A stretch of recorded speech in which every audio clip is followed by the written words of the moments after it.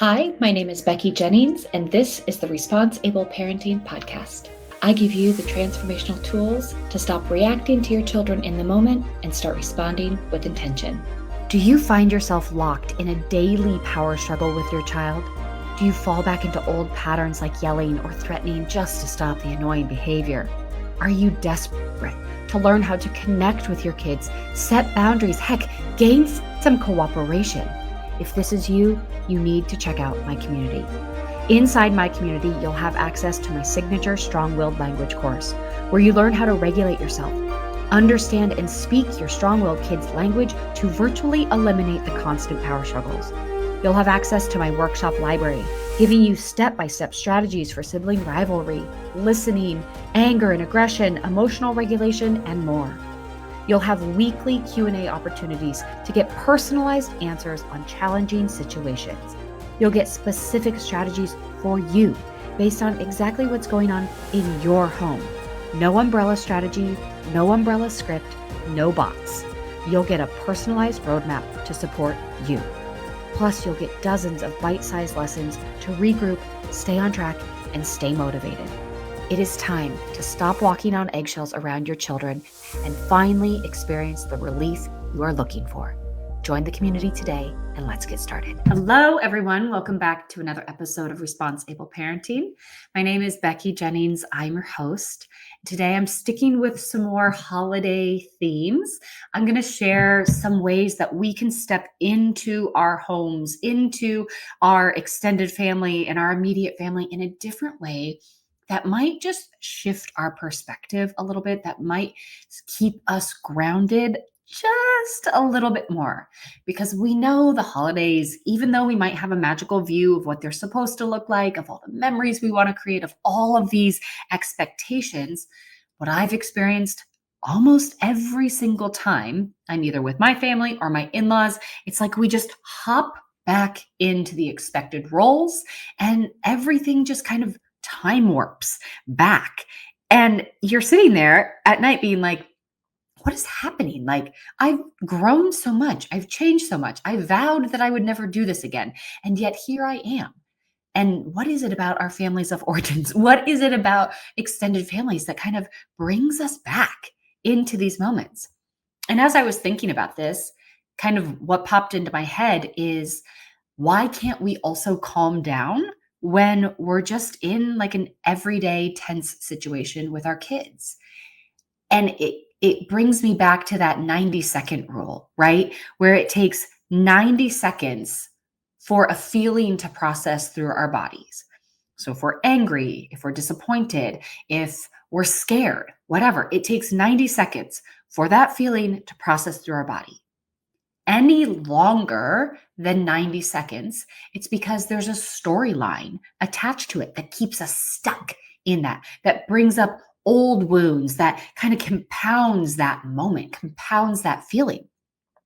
And so I was kind of thinking about when we step back into our families of origin, when we step back into these holiday moments where there's expectations, where there's tradition, where there's all these different personalities coming together with all these different competing needs, competing wants, competing desires, competing expectations, competing traditions. And we're kind of just back into this, and the storyline of your uncle and the storyline of your brother and your sister and your parents, those keep us in these stuck narratives. And we build resentment in these moments, and we get really frustrated in these moments, and we can backslide into the habits that we're trying to break in these moments. And it can make us feel like we're failing. It can make us feel frustrated. And so I wanted to kind of break this down and maybe give some thought, some context, some support while you head into the holiday season. Maybe you're doing something totally different. Maybe you're like, I'm going to skip all that and I'm just going to, travel by myself. It's just going to be my chosen family. And awesome. I've done that many times before. And even still, when we're in these micro families, right, the families that we choose, we can still get stuck in our own feelings. We can still get stuck in these storylines.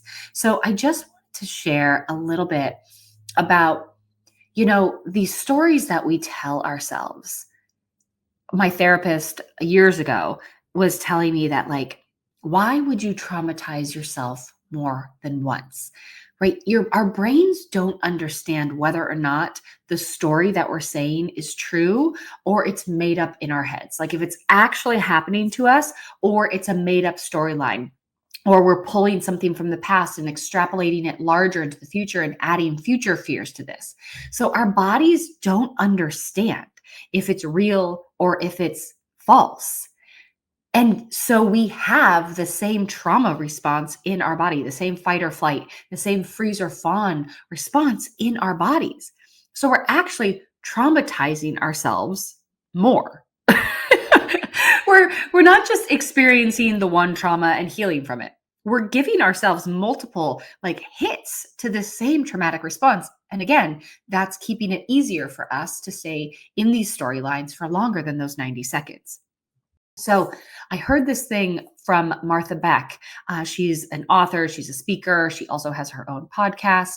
And she says, anything that frightens you and it's not inside the room with you, it's probably just a story.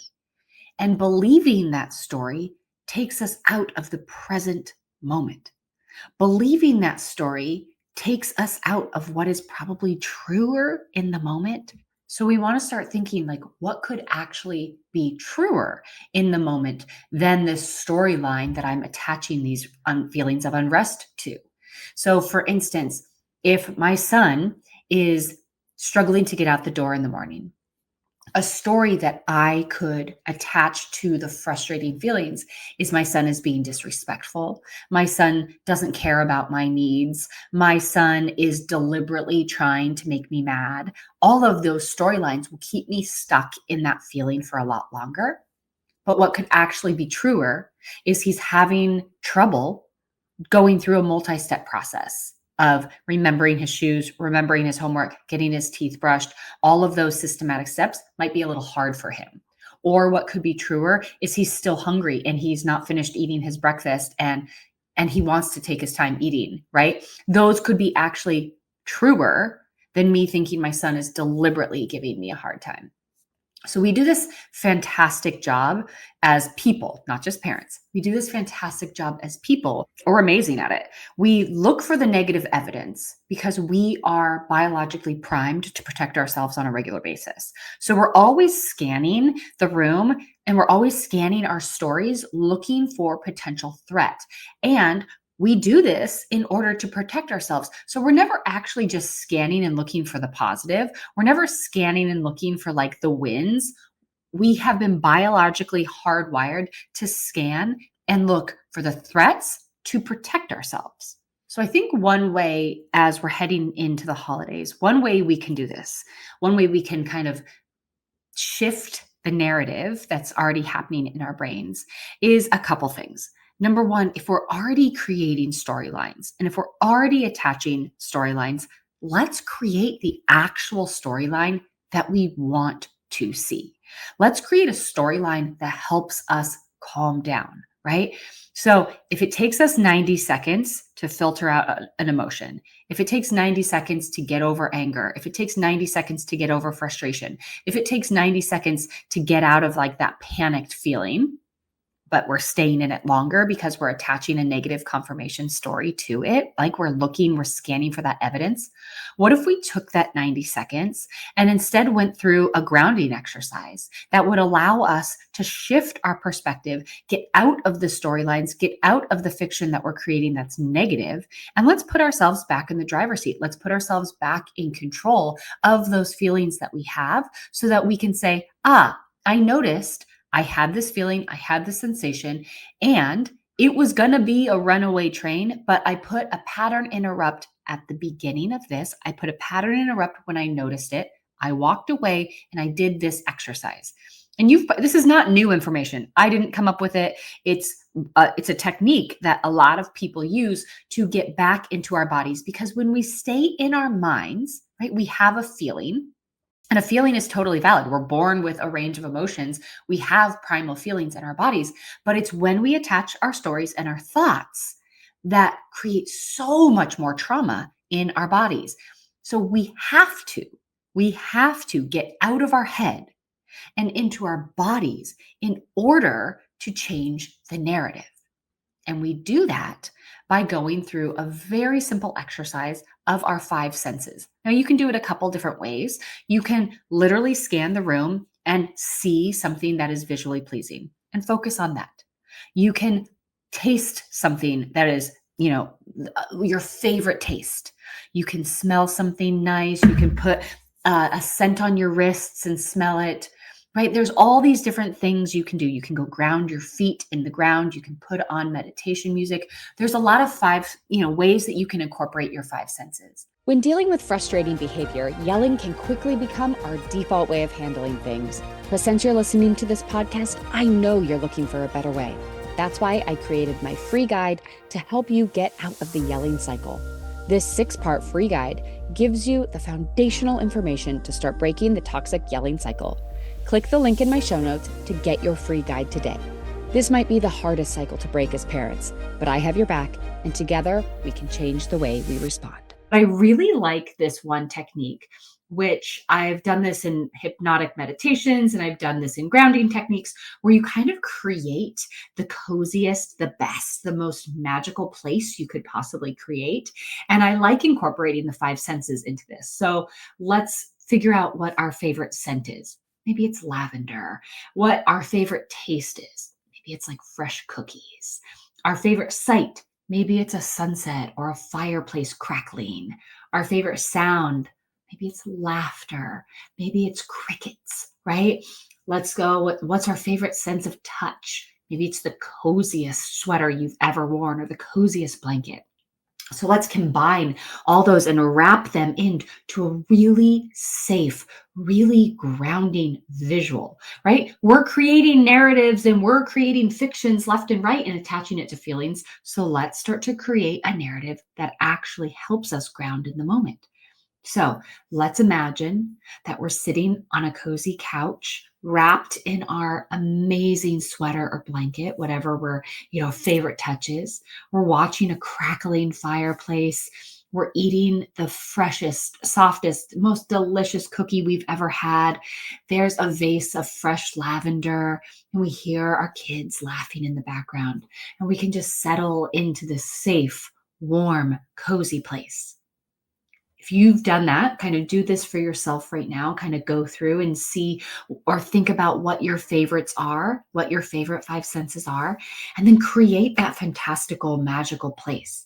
That's your grounding home base. That is your safe zone. When everything else is going crazy around us, that is your safe zone to drop you back into your present moment. And whatever is happening around you, you're like, it doesn't matter because I have this safe place that I can go to at any point in my day, at any time that I'm feeling overwhelmed. I can smell that fresh lavender. I can taste that fresh cookie. I can hear the crackle of the fireplace and watch the colors, flicker. I can hear that beautiful sound of my children's laughter. And I just know that I'm wrapped up in that cozy blanket. It's such an inviting fiction.